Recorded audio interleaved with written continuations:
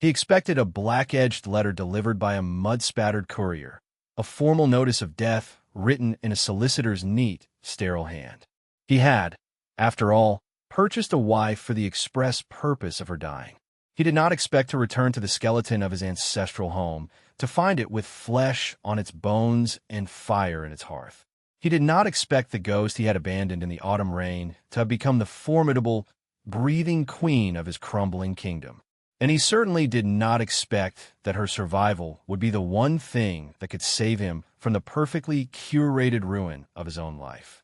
The solicitor's office smelled of old paper and sealing wax, a dry, dusty scent that did nothing to absorb the cloying dampness clinging to Alara's wool cloak.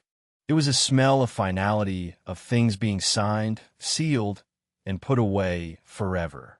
She sat perfectly still on a hard-backed chair, her hands folded over a worn reticule in her lap, her posture a study in rigid composure. To her left, her aunt, Lady Beatrice, fidgeted, her silk gloves whispering against each other in a frantic, agitated rhythm that matched the frantic, agitated beating of Alara's own heart. Across the vast, polished expanse of the mahogany desk sat the Duke of Wraith. Alistair. He was less a man and more a monument carved from granite and shadow. His shoulders, broad enough to block the light from the tall window behind him, were draped in the severe, immaculate black of mourning, though for whom, Alara did not know. Perhaps for the world at large. His face was a collection of harsh angles and unforgiving planes, his jaw tight, his mouth a thin, unsmiling line. He had not looked at her once, not truly. His gaze, a startlingly pale gray, had swept over her as one might assess a piece of livestock, a cursory glance to confirm presence and basic form, before settling on the document spread before him. The terms are as we discussed. The solicitor, a Mr. Abernathy, murmured, his voice as dry as the papers he shuffled. The dowry, such as it is, will be transferred to your aunt, Lady Beatrice Finch, upon the signing of this marriage contract. The bride, Miss Alara Thorne, will henceforth be the Duchess of Wraith and will remove to the Duke's estate at Wraithstone. All her prior obligations are absolved. The word hung in the air, obligations. A delicate term for the mountain of debt her father had left behind, a weight that had crushed the life from her mother and threatened to bury Alara and her aunt completely. This was not a marriage. It was the sale of her name, her body, and what little remained of her future to settle an account. Alistair dipped a quill into an inkpot. The scratch of a nib on the thick parchment was the only sound in the room, a noise like a mouse scrabbling inside a coffin. He signed his name, Wraith, with a brisk, angry slash of ink. He did not bother to sand it. He simply pushed the document across the desk. "Your turn, Miss Thorne," Mr. Abernathy said, his tone attempting a gentleness that felt entirely false. Alara's hands trembled as she reached for the quill. The feather was cool against her skin. She was acutely aware of the Duke's stillness, the sheer, oppressive weight of his presence. He was a man accustomed to command, to having the world bend to his will. Now, his will was for her to sign her life away. She felt a dry, tickling cough build in her chest, a familiar and unwelcome companion. She suppressed it ruthlessly, the effort sending a faint tremor through her frame. Weakness was a luxury she could not afford, especially not now.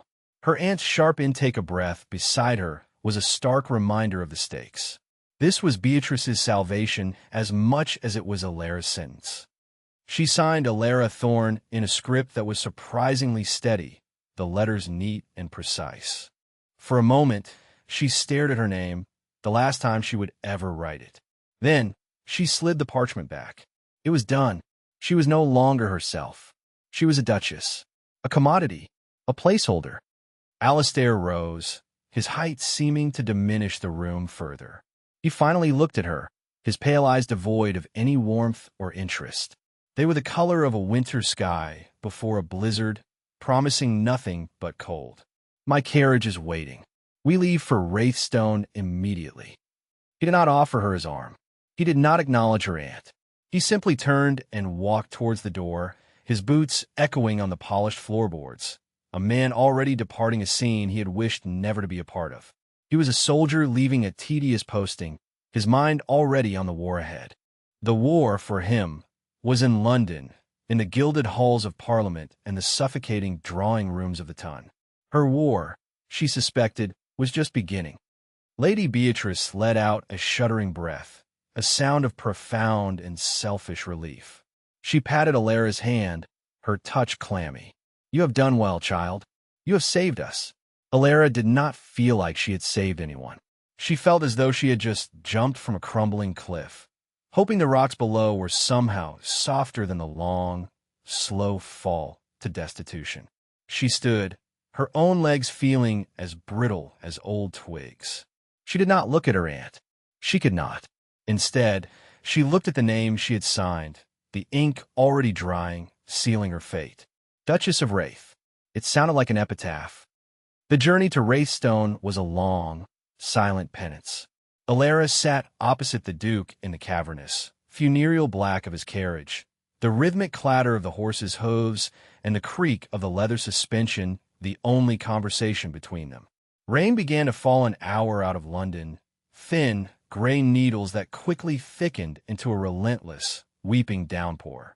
It blurred the passing landscape into a smear of greens and browns, a world dissolving into water and mud. The air inside the coach grew cold, thick with the damp scent of wet wool and the fainter, more personal smell of the Duke himself, something like cold iron and winter air. He had not spoken a single word to her since leaving the solicitor's office. He sat with his gaze fixed on the rain-streaked window, his profile etched against the gloomy light. He looked hollowed out, a man emptied of everything but duty and bone-deep exhaustion. Alara watched him from beneath her lashes, cataloging the hard line of his jaw, the faint scar that bisected his left eyebrow, the tension in his hands where they rested on his knees. He was a creature of immense, contained power, and she was a fly caught in the amber of his indifference. She had heard the whispers about him, of course. The Duke of Wraith, the Iron Duke's shadow, a brilliant political strategist and a ruthless negotiator who had helped forge the fragile peace on the continent. A man who had seen too much war, too much death, and had returned to England a specter, haunted by ghosts only he could see. They said he had no heart left for society, no patience for its frivolities. He needed a duchess, a requisite piece of social machinery, but he had no time or inclination for the tiresome business of courtship. And so, his solicitors had made inquiries. They had sought a bride of good breeding, but of no consequence, a woman with no powerful family to meddle in his affairs. They had found Alara, orphaned, bankrupt, and, most conveniently of all, possessing a famously delicate constitution. The cough that had plagued her since childhood, the bouts of fever that left her pale and weak, these were not liabilities but assets. The world, her own aunt included, expected her to produce an heir, if she could, and then have the good grace to fade away. A short, tragic life for the Duchess of Wraith would be a tidy into a messy problem. The Duke could then retreat back into his world of politics and shadows, his duty to his title nominally fulfilled. The cough returned, a low, insistent tickle at the back of her throat. She pressed a gloved hand to her mouth, turning her head towards the window, trying to muffle the sound. The small convulsion of her shoulders drew his attention. For the first time in hours, his pale gray eyes moved to her. There was no concern in them, only a flat, dispassionate assessment. "You are unwell," he stated. It was not a question. "A chill, your grace," she managed, her voice a little rough. "See that it does not worsen," he said, his voice a low, resonant murmur that seemed to vibrate in the enclosed space. Wraithstone has little patience for weakness. His gaze returned to the window. The conversation, if it could be called that, concluded. Alara felt a chill that had nothing to do with the damp air. He was not warning her for her own sake. He was issuing a directive. Do not be an inconvenience. Do not require care. Do not demand attention. He had purchased a solution, not another problem. The carriage lurched, one wheel sinking into a deep rut, and she was thrown slightly forward. She braced herself against the opposite seat, her palm flat against the cold leather, and met his impassive gaze again. A spark of defiance, small and hot, flickered to life in the cold emptiness of her chest. She would not be an inconvenience, but she would not die quietly, either. They traveled for 2 days, stopping overnight at a coaching inn where they took separate rooms without a word exchanged. The Duke paid for everything with a grim efficiency, his presence silencing the usual boisterous chatter of the common room. He moved through the world as if insulated from it, a man walking behind a wall of glass. Alara ate alone in her room, the food tasteless, her thoughts a churning sea of apprehension. The name of his estate, Wraithstone, played over and over in her mind. It sounded less like a home and more like a gravestone. On the afternoon of the second day, the landscape changed.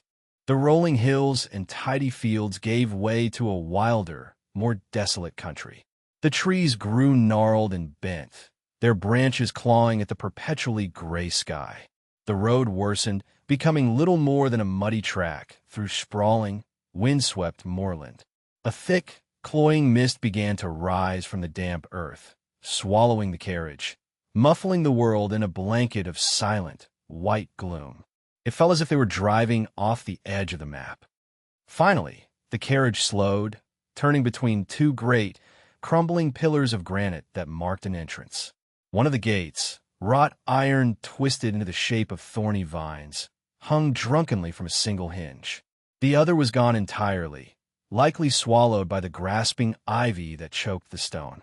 They proceeded up a long, winding drive, the trees pressing in on either side, their branches scraping against the roof of the coach like skeletal fingers. And then she saw it. Wraithstone. It was not a house. It was a carcass, a vast, Gothic monstrosity of dark gray stone. It seemed to rise from the mist like a rotting tooth. Dozens of windows, dark and vacant as a skull's eyes, stared out over a landscape of utter neglect. The gardens were a riot of weeds and thorns, the lawns a marshy expanse of overgrown grass. Slate tiles had slipped from the steep-pitched roof, leaving gaping holes. A wing of the house had partially collapsed, its stone walls spilling onto the ground in a jumble of rubble. The air was thick with the smell of decay, of wet stone and generations of mildew. The carriage shuddered to a halt before a set of massive oak doors. They were bleached and splintered by the elements. For a long moment, no one came. The rain continued its relentless patter. "Welcome home, Duchess," the Duke said, the words laced with a profound and bitter irony. It was the first thing he had said to her in a day. The carriage door was opened by a footman whose livery was threadbare and stained. The Duke descended, his tall frame seeming to absorb what little light there was. He did not turn or offer Alara a hand. He simply strode towards the great doors, which were being pulled open with a deep, groaning complaint by a stooped, elderly butler. Alara gathered her cloak and her courage and stepped out of the carriage. Her kid leather slippers sank immediately into a mire of mud and gravel. The cold, wet shock of it traveled up her ankles. She stood there, alone in the drizzling rain, a small, solitary figure before the looming, hostile facade of her new home. The wind whipped a strand of damp hair across her face. The Duke had already disappeared inside, swallowed by the gloom. He did not look back. She was left in the rain, facing the house. A line of servants had assembled in the vast, cavernous hall, a motley collection of wary, sullen faces. At their head stood a woman in a severe black dress, her hair pulled into a tight, unforgiving bun. Her expression was one of undisguised hostility. This, Alara surmised, must be the housekeeper, Mistress Gable. Alistair was speaking to her in a low voice, his back to Alara. "A room in the east wing. See that she is not disturbed." He sounded as if he were consigning a piece of luggage to storage. He then turned, his greatcoat swirling around him, and strode towards a grand, shadowy staircase without a backward glance. He was leaving, not just the hall but the house. Alara took a breath, the damp air searing her lungs, and walked forward.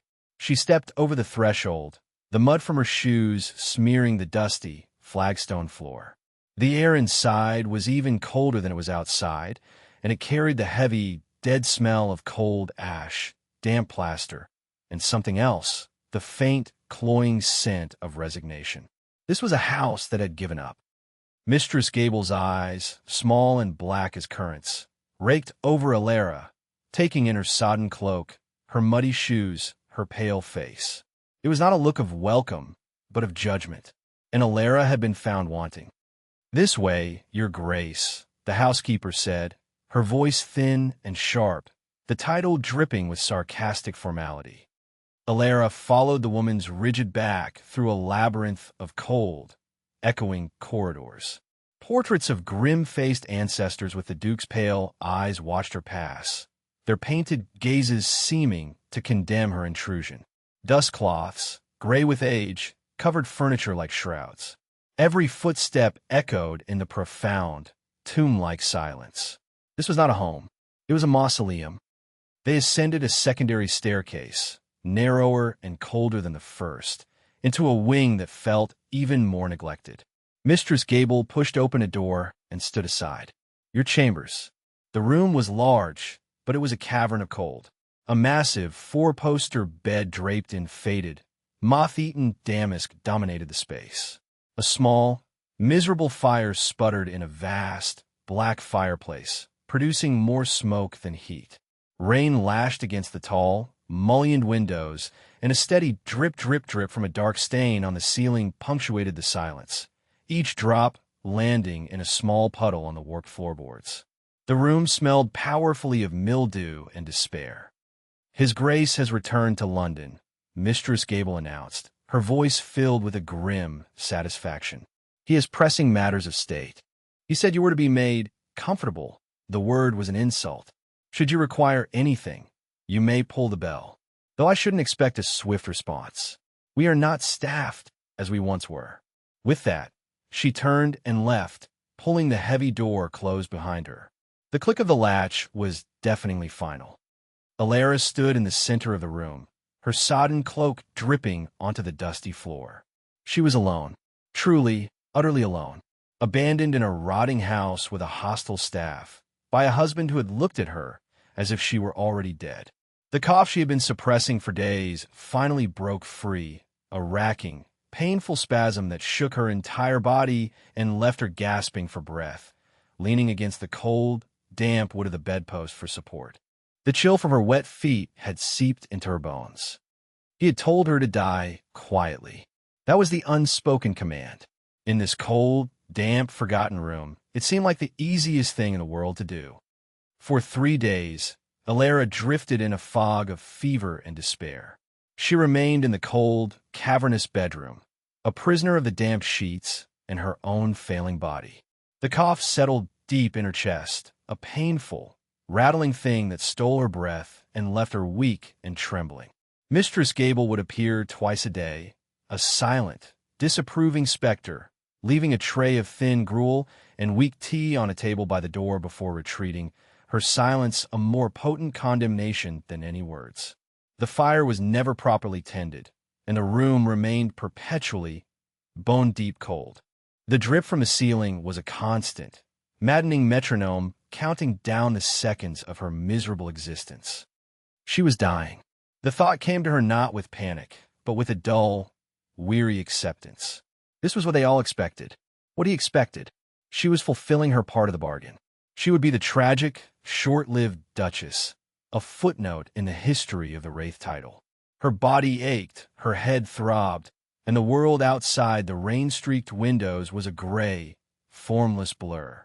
She slept in fits and starts, her dreams filled with falling houses and the sound of a man's dismissive voice. On the 4th morning, she woke to a sliver of watery sunlight piercing the gloom. It struck a dust mote dancing in the cold air, illuminating it like a tiny, brilliant star. She watched it for a long, long time. Something shifted within her. A tiny, hard kernel of defiance that had been buried under layers of illness and hopelessness began to stir.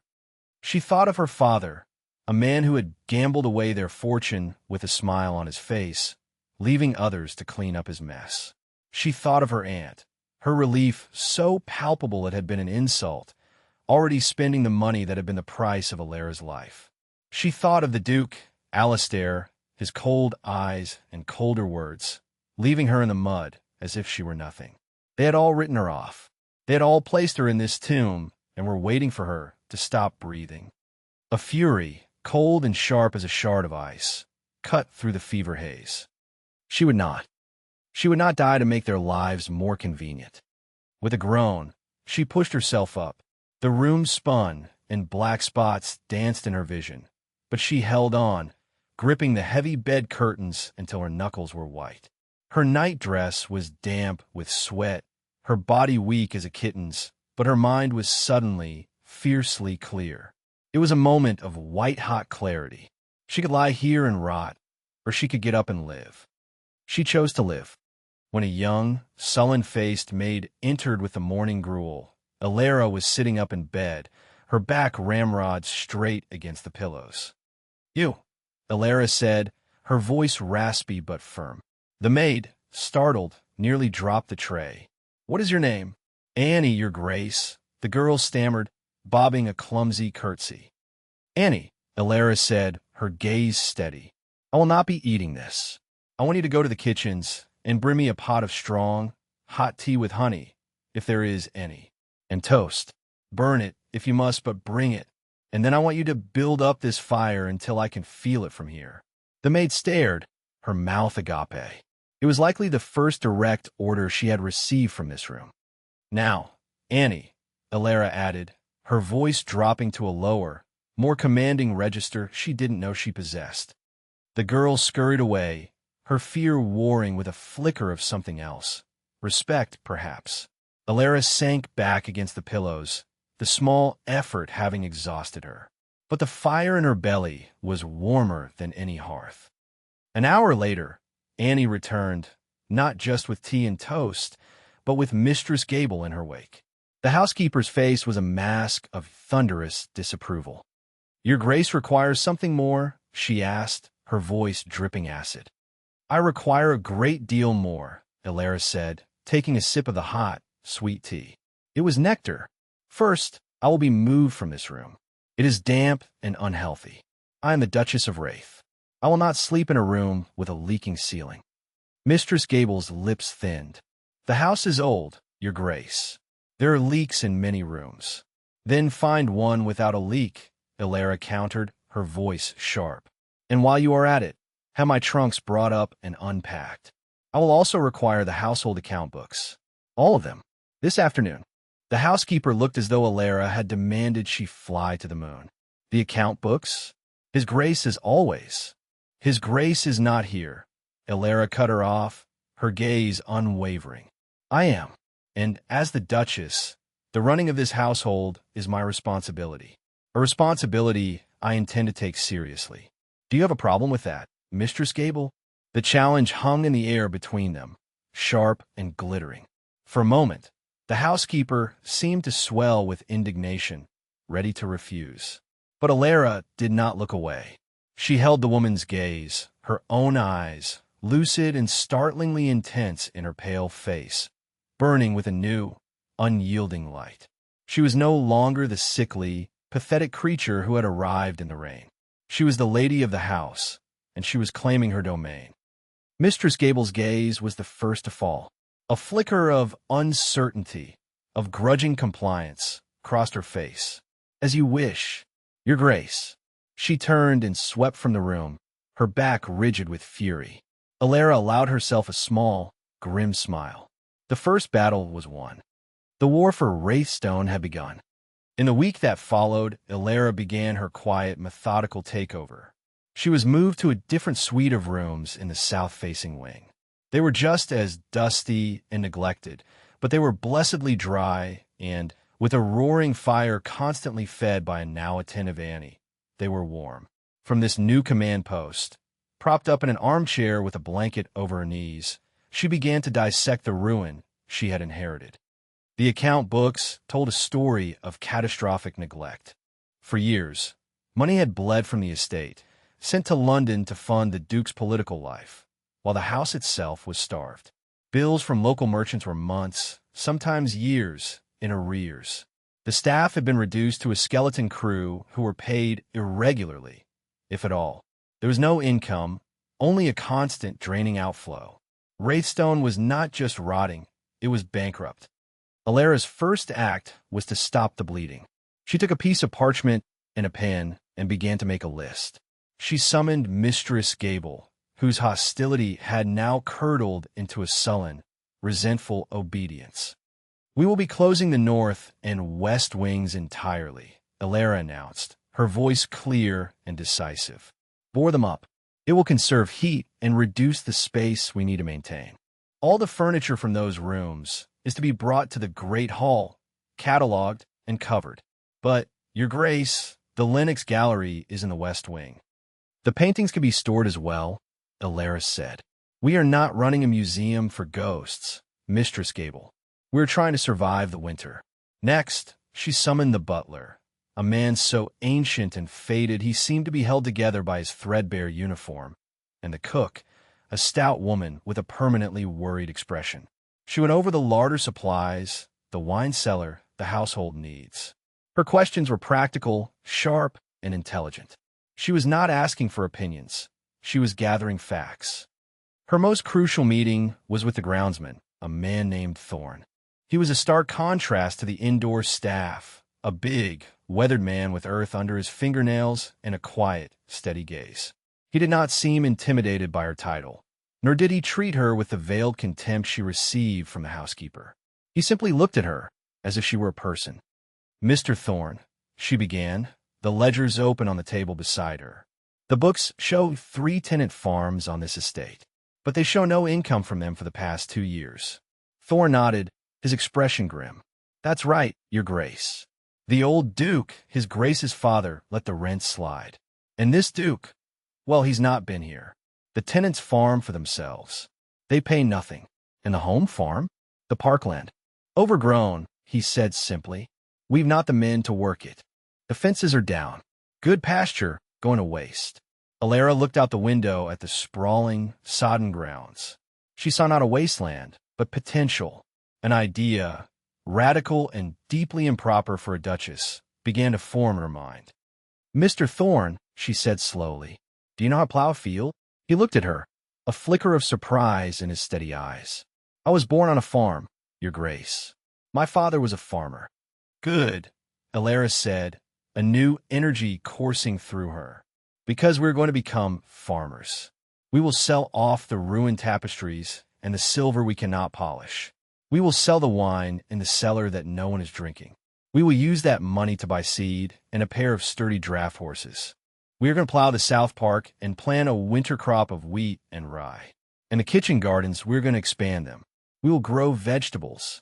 We will survive on what we can grow and what we can earn." Thorn stared at her, and for the first time, a slow smile spread across his weathered face. It was a smile of pure, unadulterated respect. "Aye, Your Grace," he said, his voice rumbling with approval. "I think we can do that." It was the beginning of a profound shift. As the autumn days shortened and the air grew sharper, a strange new energy infused Wraithstone. The house, which had been sinking into a quiet death, began to stir. The sound of hammers echoed as Thorn and a footman repaired the leaking roof over the kitchens. The scent of beeswax replaced the smell of dust as Annie and 2 other maids, won over by Alara's quiet determination and the promise of regular wages, began the monumental task of cleaning the habitable rooms. Alara herself seemed to transform with the house.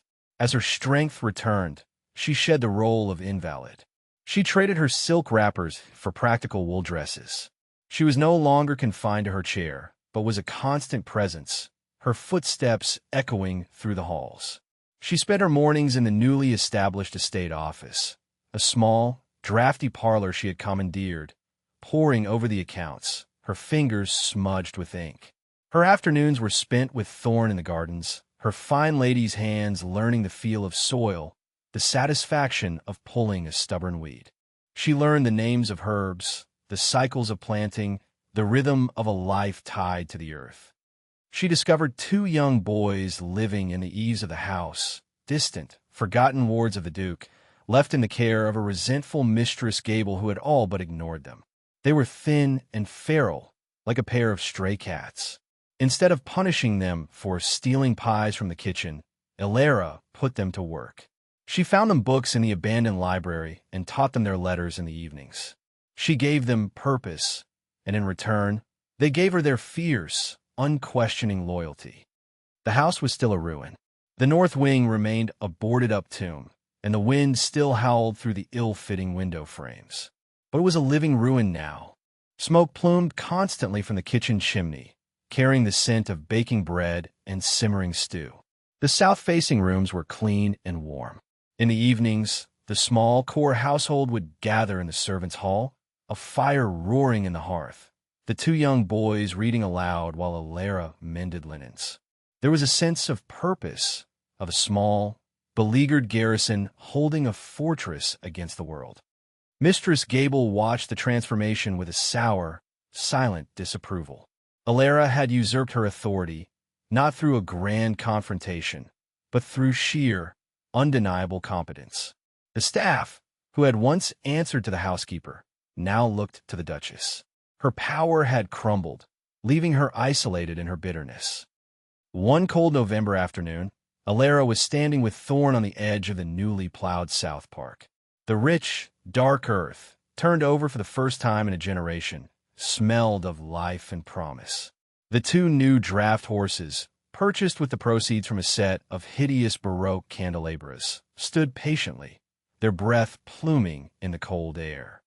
"We'll get the winter wheat in by the end of the week, Your Grace," Thorn said, his voice filled with a quiet pride.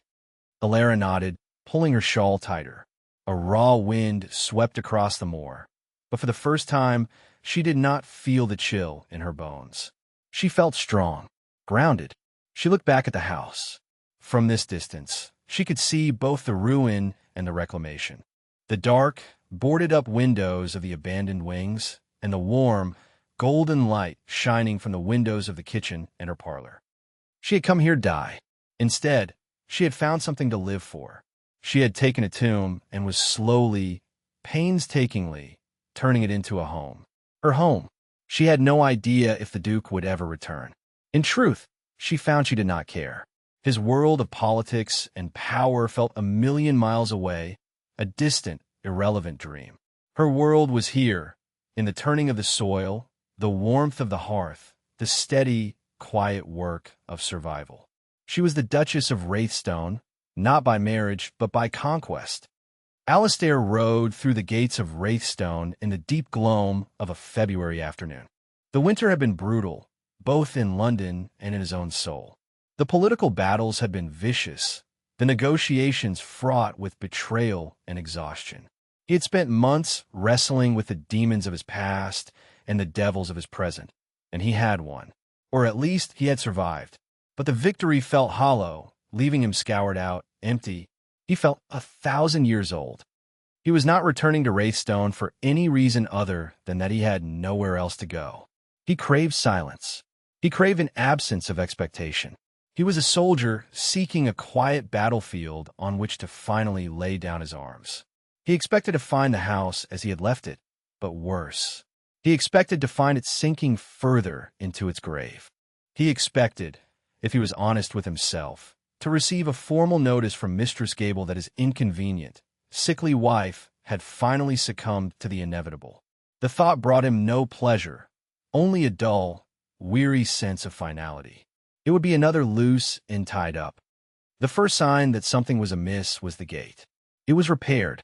The great, twisted iron vine now hung straight and true on new hinges, and it swung open smoothly as he approached. He frowned, urging his tired horse forward.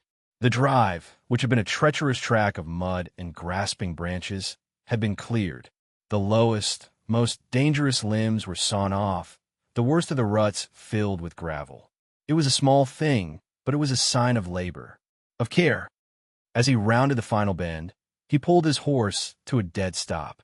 Smoke, not the miserable, smoky plume of a single, sputtering fire, but thick, white, honest smoke, rising from at least 3 different chimneys.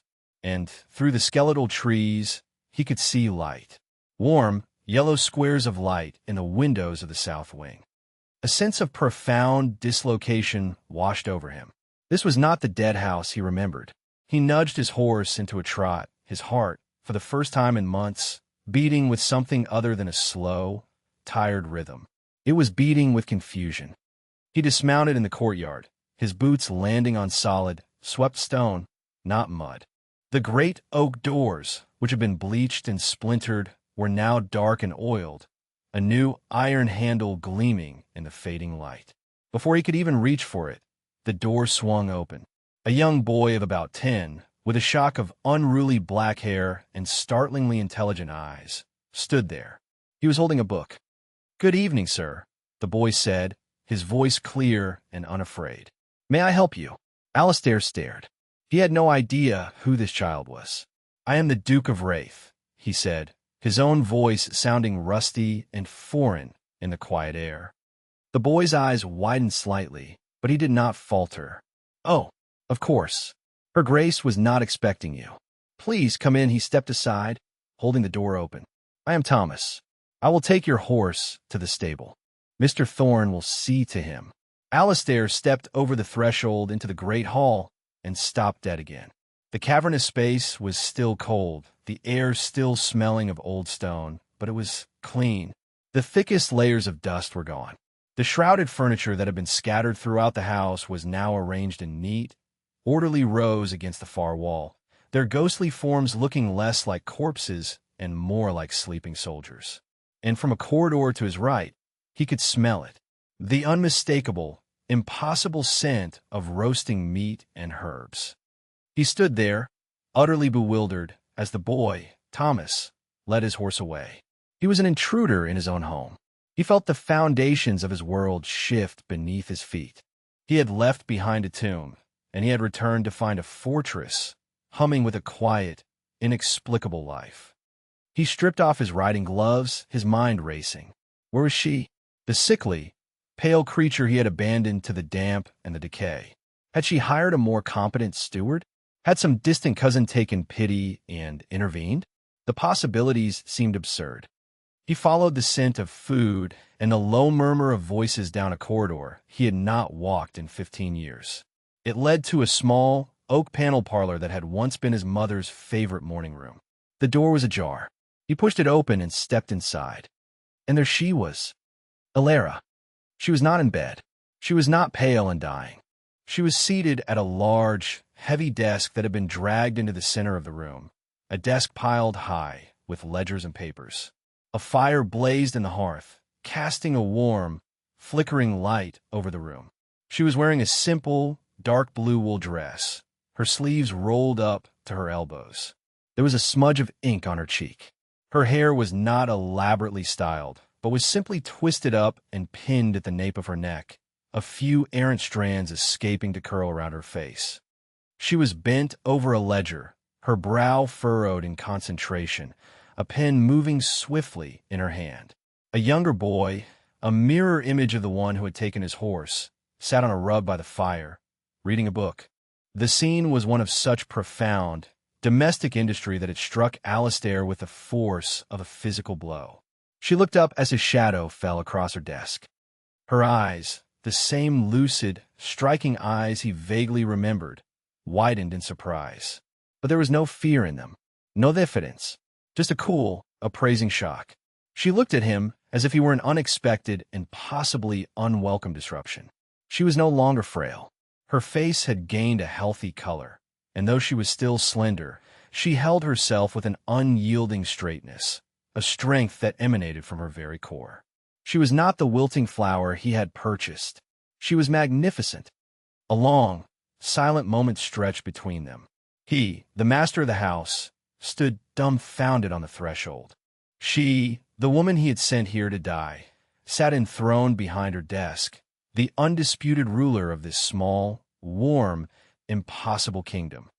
The first words out of his mouth were blunt, torn from him by sheer, uncomprehending shock. "You're alive." A small, wry smile touched her lips, a smile that did not reach her eyes. She placed her pen down with deliberate slowness, her gaze never leaving his. "I apologize for the inconvenience, Your Grace." Her voice was cool, clear, and laced with an irony so sharp it could have drawn blood. The words hung in the air, a perfect, polished dart that struck him right in the center of his chest. In that single sentence, she dismantled his authority, exposed his callousness, and established a new and startling order. He was the Duke of Wraith, a man who commanded the attention of kings and ministers, and in his own house, he had just been rendered utterly, completely powerless by a woman he had forgotten existed. The power struggle that followed was not one of loud arguments or grand confrontations. It was a silent, grinding war of attrition, fought in the currency of daily routine. Alistair had returned expecting to be master, but he found he did not even know the rules of the house anymore. His house. He was an alien presence in the warm, functional world Alara had built. The servants, from the young boys, Thomas and Peter, to the stooped butler, to the once sullen maids, all looked to her. Their loyalty was absolute, forged not by title, but by the shared struggle of the winter. When Alistair issued a command, it was met with a hesitant glance towards the Duchess for confirmation. He was a foreign dignitary, a guest in his own home. The humiliation was a constant, low-grade fever. He tried to reassert his authority in the one area he understood, the finances. He demanded the account books, the very ledgers he had seen on her desk. She surrendered them without a fight, her expression unreadable. He spent a full day in the frigid, dusty library, poring over them. He had expected chaos, a woman's sentimental and misguided attempt at housekeeping. He found meticulous, ruthless efficiency. She had recorded every transaction. The sale of a set of Lewis Quinn's chairs he had forgotten existed. The income used to purchase 2 milk cows. The dismissal of the pensioned-off wine steward who lived in the village and drew a salary for doing nothing. The precise accounting of every egg laid, every bushel of potatoes harvested from the kitchen garden. She had even started a ledger for the new venture, Wraithstone Farm. The projected income from the winter wheat, based on current market prices, was calculated to the last shilling. It was not just competent, it was brilliant. She was running the estate not as a duchess, but as a shrewd and pragmatic general contractor. He could find no fault, no angle for criticism. He had come to correct her, and instead, he was being educated. He found himself adrift, a man without a purpose. His London life of politics and power felt a universe away. Here, his title meant nothing. His skills in negotiation were useless. He could not command the rain to stop or the fences to mend themselves. He wandered the cold, boarded-up wings of the house like a ghost, the silence of the shrouded rooms a reflection of the emptiness inside him. He had come here seeking quiet, but he found the quiet accused him. Every repaired slate, every clean window, every warm meal was a testament to his neglect and her resilience. He watched her from distance. He saw her in the mornings, conferring with Thorne over plans for the spring planting. He saw her in the afternoons, her hands in the dirt of the greenhouses they had repaired with salvaged glass. He saw her in the evenings, sitting by the fire with the 2 boys, her face softened in the warm light as she helped them with their sums. She moved with a purpose that he, for the first time in his life, profoundly envied. One afternoon, he found her in the stables, mucking out a stall. Not supervising, but actually doing the work, a pitchfork in her hands, her brow damp with exertion. He stood in the doorway, silenced by the sight. The Duchess of Wraith, a woman for whom such labor should be unthinkable, was working like a common stable hand. "We are short on help," she said without looking up, as if she had sensed his presence. "And the horses need clean bedding. It is a practical matter." "That is not your work," he said, the words stiff and automatic. She finally stopped and looked at him. Her gaze was direct, stripped of all artifice. "In this house, Your Grace, the only work that is not mine is the work that does not need doing. Everything else is my responsibility, because I am the only one who has been here to take it." There was no anger in her voice, just a simple, devastating statement of fact. She was not accusing him. She was merely holding up a mirror, and he did not like the reflection. He saw a man who had abdicated all responsibility, who had treated a human life as a mere inconvenience to be discarded. He wanted to be angry. He wanted to rage, to pull rank, to remind her of her place. But the words died in his throat. What place did she have, other than the one she had carved for herself out of his ruin? He was the Duke. This was his land, his house, his title. But he was an intruder here. He was a king in exile, and the new queen did not even seem to notice his crown. He turned and walked away, the scent of clean hay and honest labor following him. That night, a storm rolled in off the moors, a howling, furious beast of wind and rain. It rattled the windows and tore at the roof, and it triggered something in him. The roar of the wind sounded like artillery. The drumming of the rain on the slates sounded like gunfire. He found himself back on a muddy field in Flanders, the air thick with the screams of dying men and the stench of blood. He ended up in a library, a bottle of brandy in his hand, the ghosts of his past swirling around him in the dark. He did not drink. He just sat there, staring into the oppressive blackness, the carefully constructed walls of his detachment crumbling, leaving him exposed and raw. The exhaustion he had been holding at bay for years finally crashed over him, a tidal wave of grief and horror. He had survived the war, but he had never truly come home. He had just kept fighting, moving from one battlefield to the next.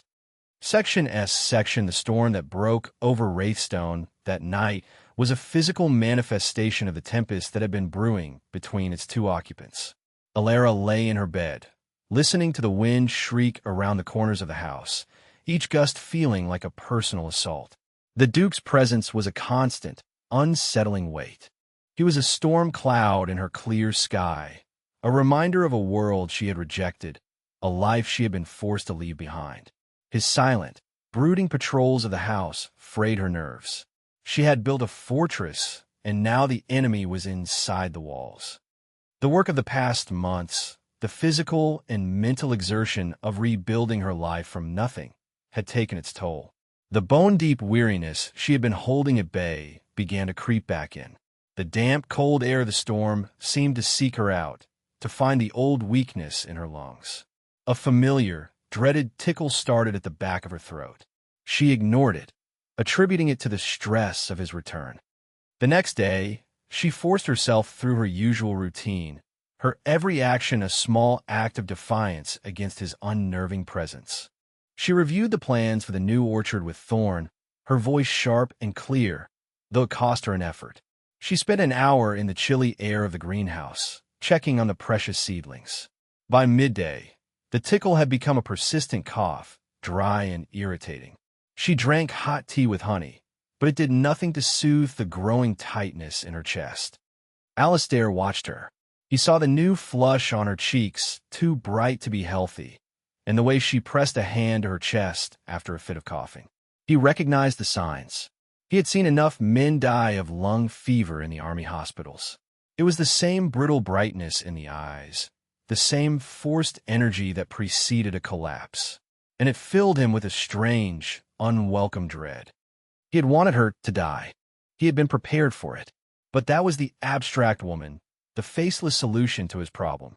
This woman, this infuriating, resilient, magnificent woman who had raised his home from the dead. He did not want her to die. The realization was a profound and deeply unsettling shock. By evening, the storm had intensified.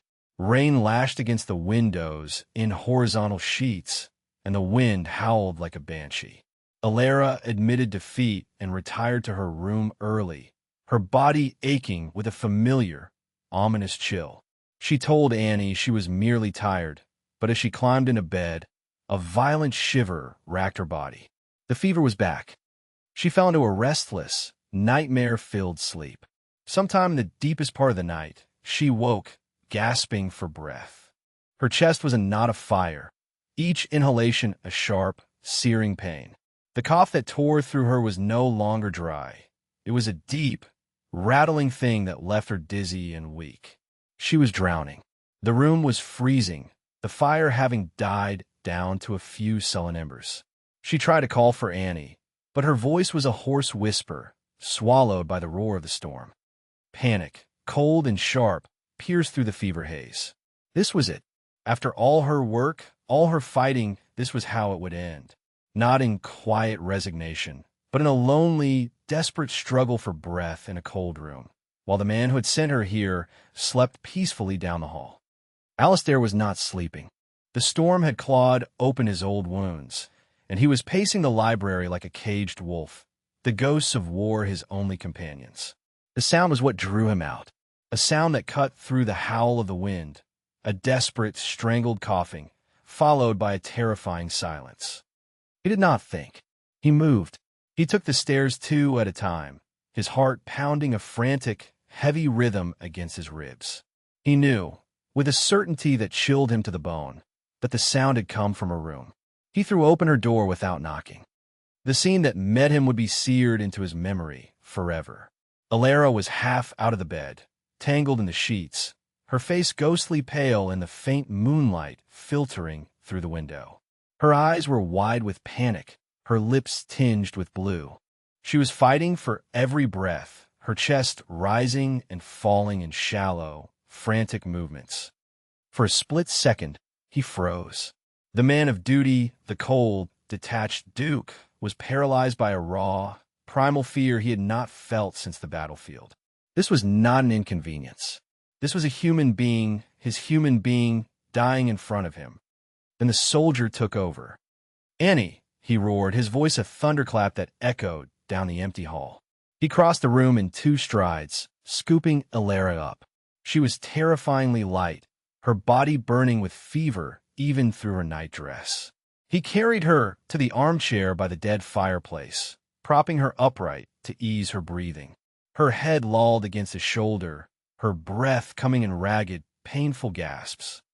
"Get her upright," he barked at himself, his voice harsh. He grabbed pillows from the bed, stuffing them behind her, forcing her into a sitting position. Her airway had to be clear. Annie appeared in the doorway, her face white with terror, a flickering candle in her hand.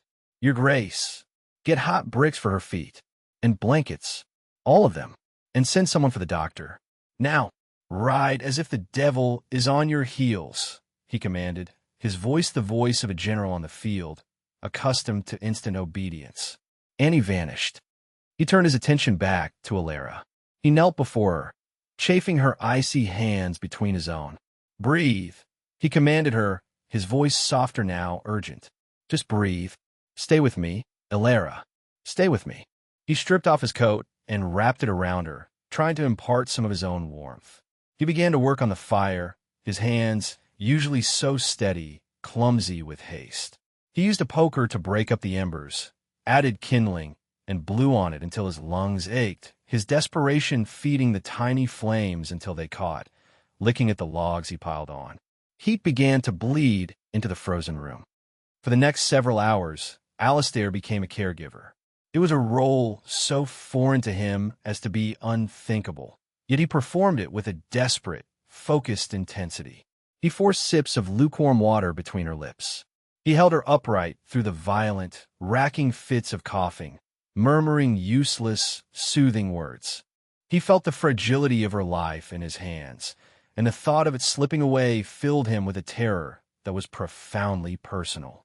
This was not about his title or his duty. This was about her, the woman who had shown him what it meant to fight for something. Annie and a terrified footman returned with heated bricks wrapped in flannel, which he placed at her feet. They piled blankets over her, but the fever continued to rage, and her breathing remained shallow and labored. The doctor was hours away, if he could even make it through the storm. At one point, in the depths of her delirium, her eyes fluttered open and seemed to focus on him. "Cold," she whispered, her teeth chattering. Without a second thought, he pulled the armchair closer to the now roaring fire. He sat on the floor beside her, his back against the chair, and took her into his arms, blankets and all. He held her against his chest, wrapping his own body around hers, trying to force his life, his warmth, his sheer, stubborn will into her. Her head rested in the crook of his neck. He could feel the frantic, shallow flutter of her breath against his skin. He held her like that for the rest of the night, the storm raging outside, a pale echo of the storm inside him. He was the Duke of Wraith, a man who had commanded armies and brokered peace treaties, and he had never felt so utterly helpless. All his power, all his influence was useless here. All he could do was hold on to this fragile, fierce woman and pray that she would not leave him alone in the ruin she had so painstakingly taught him to see as a home. He buried his face in her hair, which smelled faintly of rosemary and wood smoke, and for the first time since he was a boy, he felt the hot, unfamiliar sting of tears behind his eyes. The storm broke with the dawn. The wind died to a mournful sigh, and a pale, watery light filtered into the room. The doctor, a stout, grim-faced man named Harris, finally arrived, his clothes soaked, his face etched with fatigue. Alistair relinquished his position with a reluctance that surprised him, his body stiff and cold from hours on the hard floor. He stood back, feeling useless and exposed, as the doctor examined Alara. Dr. Harris was blunt. It is the lung fever, a severe case. Her constitution is not strong. The next 24 hours will tell the tale. He left medicines, potions of willow bark and laudanum, and a list of instructions. Keep her warm. Keep her upright. Try to get broth into her. The words were practical, clinical, and offered little hope. After the doctor left, a strange, quiet truce settled over the house. Mistress Gable, her face pale and pinched, appeared with a tray of hot, savory broth, her usual hostility replaced by a grudging, fearful respect. Annie moved about the room with silent efficiency, her loyalty to her mistress absolute. But it was Alistair who became the center of the sick room. He did not leave.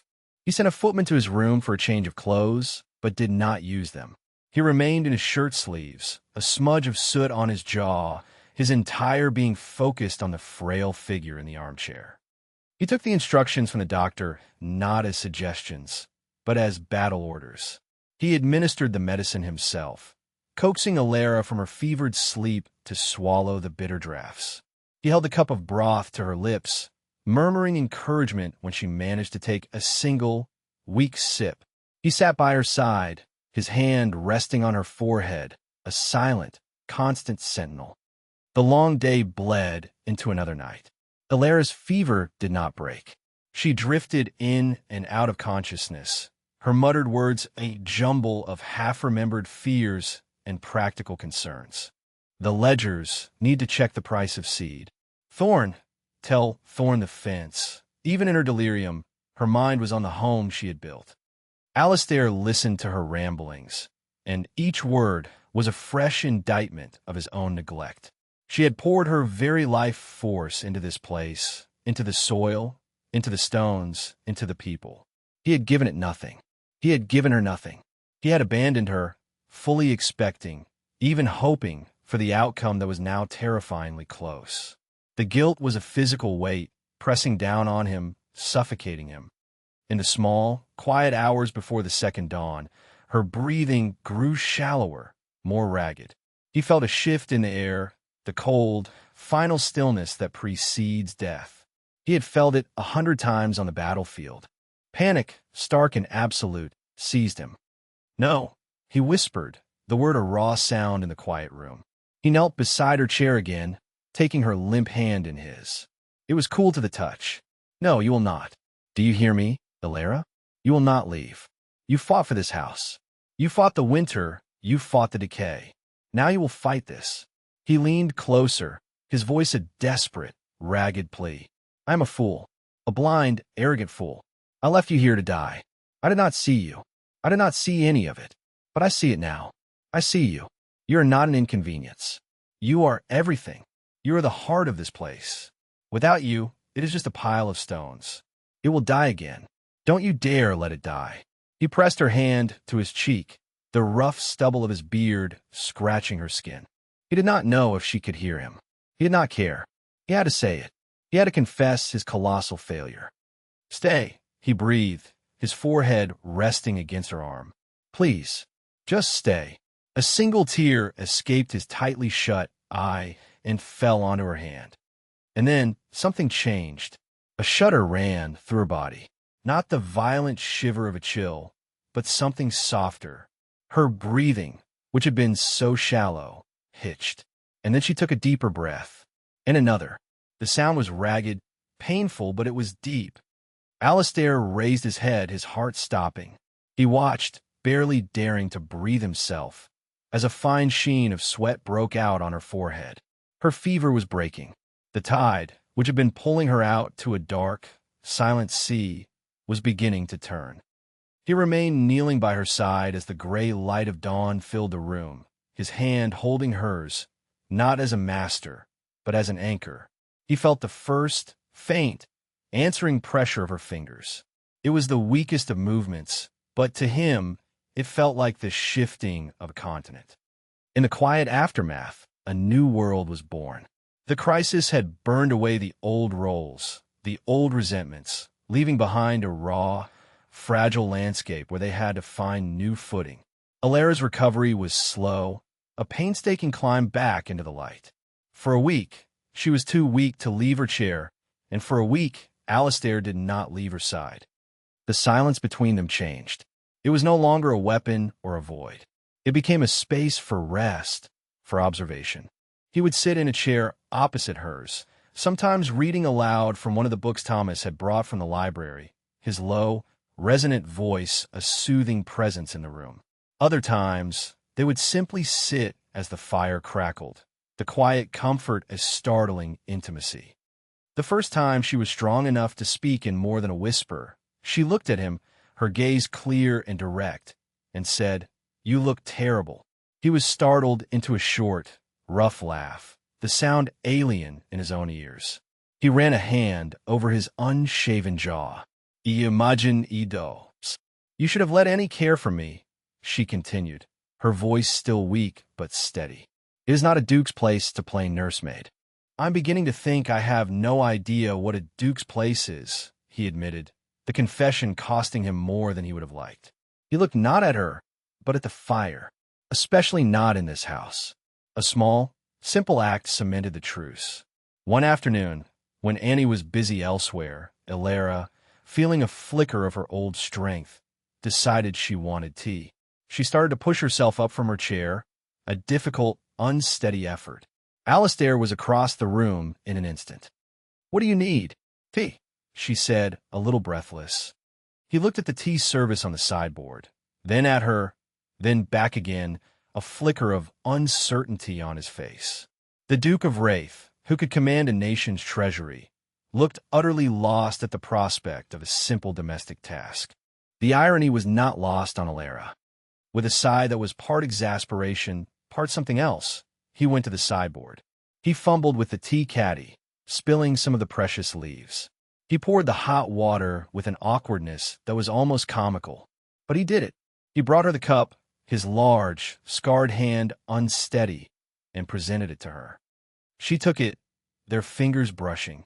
The contact was brief, accidental, but it sent a jolt through both of them. It was not a romantic touch, but one of grounding, of shared, mundane reality.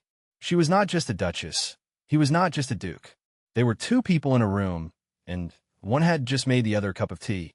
"The accounts are a mess, are they not?" she said quietly, staring into the cup. It was a test.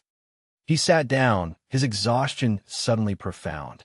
"No," he said, the truth tasting strange on his tongue. "They are immaculate. I have never seen a clearer picture of an estate's finances." He paused, then forced himself to continue. "You have saved this place, Alara. While I was in London playing at power, you were here doing the real work." It was a confession of his failure, but also a declaration of her victory. She did not gloat. She simply nodded, accepting his words as her due. "It needed to be done," she said simply. As her strength returned, they began to function as a team. It started with the ledgers. She was still too weak to sit at her desk for long, so he would bring them to her, and they would go over the figures together. He, with his sharp, strategic mind, saw patterns and possibilities she had missed. She, with her intimate, on-the-ground knowledge, knew the practical limitations and opportunities. He learned about crop rotation and the price of livestock. She learned about leveraging assets and long-term investment. They were not husband and wife. They were partners. One mild, sunny afternoon, she was finally strong enough for a short walk. Leaning on his arm, a necessity she accepted with pragmatic reluctance, they walked to the greenhouses. Thorne was there, his face breaking into a wide, relieved grin at the sight of her. "Your Grace," he said, his voice thick with emotion. "It is good to see you on your feet." "It is good to be on them, Mr. Thorne," she replied, her own voice not quite steady. They spent an hour in the warm, earthy-smelling air, discussing the spring planting. Alistair stood back, listening, watching her. He watched the way her face lit up as she discussed the new French varietals of beans, the way Thorne deferred to her knowledge without question. This was her kingdom, her creation, and he was merely a visitor. But for the first time, he felt a desire not to conquer it, but to belong to it. Later, as they walked back to the house, her weight resting more heavily on his arm, a comfortable silence settled between them. He looked at her profile, the determined set of her jaw, the intelligence in her clear eyes. He had married her for her weakness, for her perceived fragility. He was coming to realize that her strength was the most formidable, most astonishing thing he had ever encountered. The day came when the world tried to reclaim him. It arrived in the form of a royal courier, his horse lathered, his uniform immaculate despite the muddy roads. He carried a dispatch sealed with the king's own crest. The arrival sent a tremor through the quiet world of Wraithstone. It was a harsh reminder of the life that existed beyond the crumbling gates, the world of power and politics Alistair had left behind. Alara saw the courier from her parlor window. She saw Alistair take the dispatch, his face hardening back into the familiar, impenetrable mask of the Duke. A cold dread, sharp and familiar, washed over her. She had been a fool to think this quiet truce could last, a fool to allow herself the luxury of this fragile partnership. He was the Duke of Wraith. His world was not here, in the dirt and the ledgers. His world was out there, in the halls of power where kings made demands. When he entered the parlor, the dispatch in his hand, she was already standing, her back ramrod straight, the defensive wall she had so recently lowered slamming back into place. She was the Duchess again, cool, formal, and distant. "I will have Annie pack your things, Your Grace," she said, her voice devoid of all emotion. "You will wish to leave for London at once, I assume." He stopped, looking at her, truly looking at her. He saw the guardedness in her eyes, the proud, defiant tilt of her chin. She was preparing for his abandonment. Again, and the thought was like a knife in his gut. He looked down at the dispatch in his hand. It contained a summons, a command from his sovereign, a matter of national importance. A month ago, he would have left without a second thought. It was his duty. It was his life. He walked past her, not to the door, but to the fireplace. The fire was burning low, a steady, warm heart in the center of the room. He looked at the royal seal, at the elegant, demanding script. It represented everything he had once been, everything he had thought he was. Then he looked at her, at the woman who had faced death and ruin and had wrestled life and order from them both. The woman who had shown him the utter emptiness of his own existence. His duty was not to a distant king. His duty was not in the cold, transactional world of politics. He knew, with a certainty that settled deep in his bones, where his duty now lay. Slowly, deliberately, he tossed the dispatch into the fire. Alara gasped, her eyes widening in disbelief. The parchment curled, blackened, and was consumed by the flames, the royal seal melting into a shapeless blob of wax before disappearing entirely. It was an act of treason, an act of utter, final rejection. "What have you done?" she whispered, her voice trembling. He turned to face her, the firelight casting flickering shadows across his face, making his pale eyes seem to burn. "My father pursued his duty to the crown and let this house and his family rot. I pursued my duty to the state and did the same. I have been serving ghosts and shadows, Alara. My duty is here." He took a step towards her, then another, until he was standing directly in front of her. He reached out, not to touch her, but as if to show her his empty hands. They can find another man to move pieces on their chessboard, he said, his voice low and raw with an emotion she had never heard from him before. I'm done. This is my home now. Because of you. He finally closed the small space between them, his hands coming up to cup her face, his touch surprisingly gentle. His thumbs traced the elegant line of her jaw. I sent you here to die in a tomb, he murmured, his gaze searching hers. And instead, you built a kingdom. You built a life. You built my life. He lowered his head, his forehead resting against hers. You are my home, Ilera. The words, so simple, so direct, shattered the last of her defenses. The strength that had carried her through the lonely autumn, the brutal winter, the terrifying illness, finally broke. A single, hot tear escaped her eye and traced a path down her cheek. She did not try to hide it. She let him see her vulnerability, her exhaustion, her overwhelming, terrifying hope. She leaned into him, her hands coming up to rest on his chest, feeling the steady, solid beat of his heart beneath her palm. It was the most real thing in the world. He wrapped his arms around her, pulling her close, holding her as if he would never let her go. He was no longer a monument of granite and shadow. He was just a man, scarred and flawed, who had finally come home.